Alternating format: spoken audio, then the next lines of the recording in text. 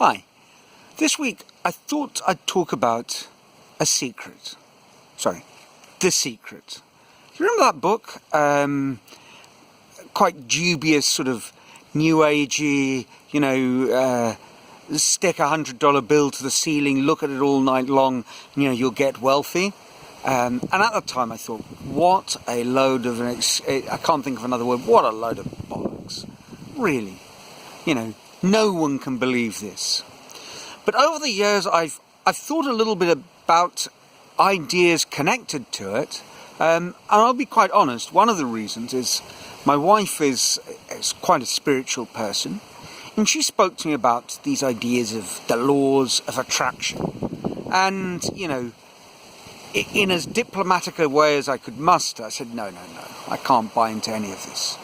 But you can't go around telling your wife that what she believes is a complete load of bollocks. So I gave it some thought, and an idea that I'm very convinced about is that almost everything has at least part of the truth if you look at it from the right angle. Very often what we think is complete nonsense is there's a kernel of a good idea, or there is a good idea, but you need to see it through the right sort of filter, the right sort of lens. And it seems to me that the law of attraction is very much one of those things. Now, I haven't read The Secret, but I have come across people talking about it in books that are quite convincing. And my idea of it is this. No, of course, if you just think about something, I don't believe, you manifest it. You think about success and voila, it just appears because you thought about it.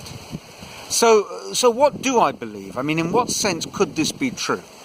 Well, in essence, it comes down to what we choose to pay attention to. In any given moment, we're being bombarded with millions and millions and millions of bits of information. And our conscious mind, obviously, can only process some of it. A small fraction, a very small fraction. And this is at the heart of what I think a sort of a restyled law of attraction is all about. I'll explain by way of an analogy. Imagine you had bought a really unusual looking shirt. Absolutely something you'd never seen before in your life. And you went out to a party and you were wearing the shirt, and incredibly someone else was wearing the identical shirt. What's the chance of that happening? And yet it does happen. I think we've probably all got little experiences like that when something absolutely unbelievable happens, and you think, it's not just you wait ages for a bus and then two come along. It's much more unlikely than that. But if you think about the shirt, the shirt analogy, first of all, let's apply a little bit of logic. You bought the shirt in a shop. The shop didn't just sell one copy of that shirt. It sold dozens. If it's a chain or high street shop, it might have sold thousands and thousands of the same shirt. So the shirt is out there. The point is that you never noticed it before because you simply weren't looking for that shirt. You see thousands, tens of thousands of shirts in a given week. Most of them you don't notice. You think of the police artist scenario when the victim is trying to muster together information about the perpetrator, and it's very difficult. We see stuff, but we really, unless we're paying attention, we don't take it on board. And that's where this attraction idea comes in. You wearing the shirt doesn't attract someone else wearing the same shirt. But you wearing the shirt makes you more able to notice someone else wearing the same shirt.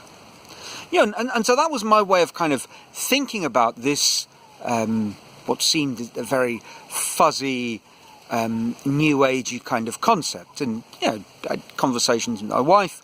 Well, that's kind of where we'd leave it. And one day as I was in a taxi, long taxi ride from the airport in Sao Paulo to a friend's house on a recent trip. That's an hour ride. And we got chatting, and he used a slightly different analogy. We were talking about this idea amongst a multitude of others, as you do with taxi drivers. Are amazing people and great to talk to. And he said, the way he sees it, it's a bit like a radio station. You know, if you tune into the country station and you're expecting to hear Bach and Brahms, you're going to be disappointed in all likelihood. So you've got to tune into the country station. You're going to, if you want to hear country music, and the classical station if you want to hear classical music. And our thoughts are kind of like that. They tune us into a way of thinking, and they make us aware of similar sorts of thoughts around. It's like we've dialed in. You know, if you think about positive stuff, you're going to notice positive stuff out there. If you think about, you know, doom and gloom and misery, you're going to find doom, gloom and misery. And that's okay up to point, but I'd like to really force that analogy a little bit more.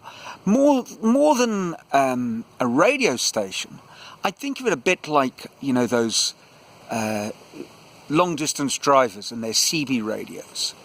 You know, it's not just that you've tuned into a station, it's that all these other people around you have tuned into a station. So if your station is a positive station, it's not that you're going to attract positive people around you, but you are in touch, you are sending out information with every little action that you're doing, and you're picking up information in the same way that is, for want of a better word, positive.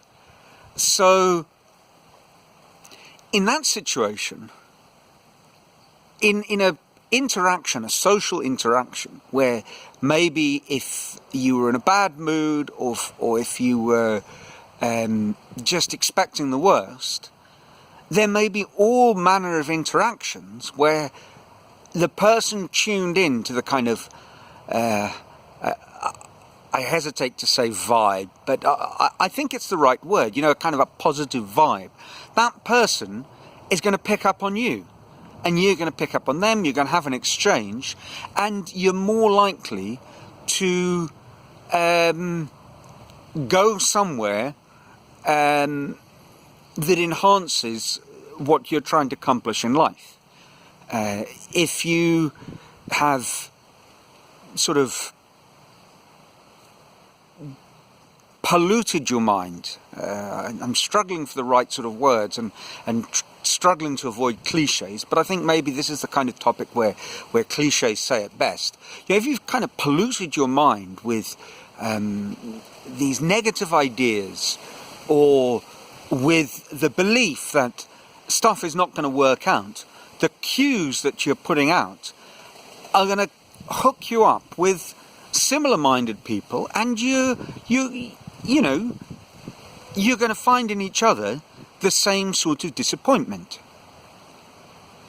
You know, it comes back to, I might have mentioned this on another occasion, the classic Henry Ford, you know, whether you believe you can or you believe you can't, you're equally right. I'm not sure if that's exactly how he put it, but that's what I remember from the books I've been reading. So, you know, kind of winding this all back, there's a lot of trending ideas that people laugh off, poo-poo. You know, it's a little too can-do, a little too forced, a little too, and I apologise to my American friends, a little too American. You know, that kind of yes you can sort of go get 'em attitude. Definitely not a British sort of thing, although that's probably an incredibly incredibly distorted stereotype that I'm latching onto. But I think we can be dismissive of all of this, but at the same time, you know, there's more than a nugget of truth there. And the truth is that if we focus our attention and our energy on certain things, then that's what we're going to find. I mean, that's not to say we can predict exactly what's going to happen. You know, at the same time as I've been reading these books, I've loved rereading The Black Swan, Nicholas Nassim Taleb. You know, and we live in a random, crapshoot, chaotic world. And there's no doubt in my mind that that's true.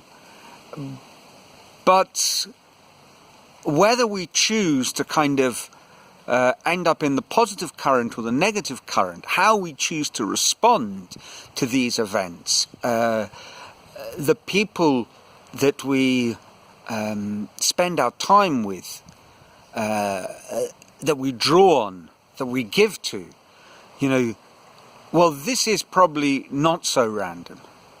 So there you have it. No, I don't believe that you should tape a $100 bill above your bed tonight and just stare at it, imagining hundreds of dollars of just flooding back into your bank account like some sort of cavalry when you're surrounded by, you know, impending doom. No, I don't believe that. But I do believe that if we take a positive outlook, you know, it's amazing how positive stuff will happen. So that's it for this week. You know, I'm sending out good vibes to all of you. I don't know what that means. I don't think, you know, I'm tapping into, you know, some kind of cosmic mystery or secret. But I do think, you know, if we're all of good cheer, if we look for the best in situations where there is a best to be found, if we find the most constructive way to respond to difficulties when we come across those, and if we just smile a bit more, I think things will turn out for the best. So that's it for this week. Until next week, ciao.